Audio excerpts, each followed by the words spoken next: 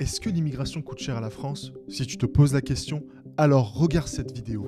Examinons quelques chiffres ensemble. En 2022, la France a délivré plus de 300 000 titres de séjour pour différentes raisons, comme les études, le travail, la famille ou encore d'autres raisons, ce qui est en hausse de plus de 10% par rapport à 2021.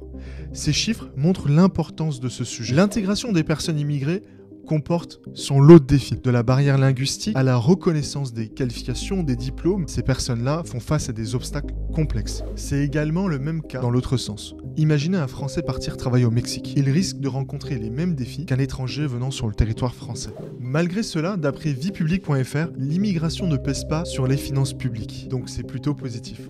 Et selon les recherches d'Anthony Edo, chercheur au CEP2I, et Farid Toubal, professeur à Paris-Dauphine et également conseiller scientifique au CEP2I, l'immigration aurait un effet positif sur la productivité économique. Pour contribuer positivement à cette productivité, il existe de nombreuses initiatives qui visent à faciliter l'intégration de ces personnes. Par exemple, il y a des programmes d'apprentissage de la langue française ou encore des ateliers professionnels, des réseaux de mentorat qui ont été mis en place pour aider ces individus à trouver un premier emploi. Regardons ensemble l'exemple de Flora Vidal-Marron de Weavers. Et pendant mes études, en fait, j'ai créé une association étudiante qui visait à créer du lien entre personnes exilées et personnes résidentes à travers les savoir-faire manuels, parce que les personnes qu'on avait rencontrées à l'époque, elles voulaient coudre. Du coup, assez naturellement, on a commencé à organiser des ateliers de couture entre personnes exilées et personnes locales.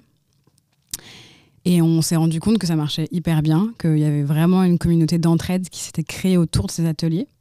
Mais malheureusement, les personnes, puisqu'elles n'avaient pas accès à la formation et elles n'avaient pas accès à l'emploi, elles n'avaient pas une vie digne en France.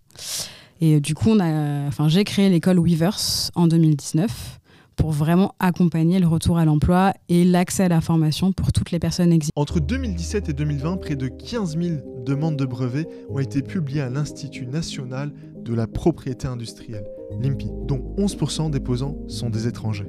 N'est-ce pas merveilleux? Globalement, comme tu peux le voir, l'immigration en France a contribué à l'accroissement de la population active et n'a pas augmenté le chômage ou réduit le salaire moyen sur le marché du travail. On peut comprendre après cette vidéo que l'immigration en France est très positive. Si cette vidéo t'a plu, pense à liker, commenter et partager. N'oublie pas de mettre ton avis dans les commentaires et pensez-y, en parler c'est partager et c'est en partageant qu'on en parle.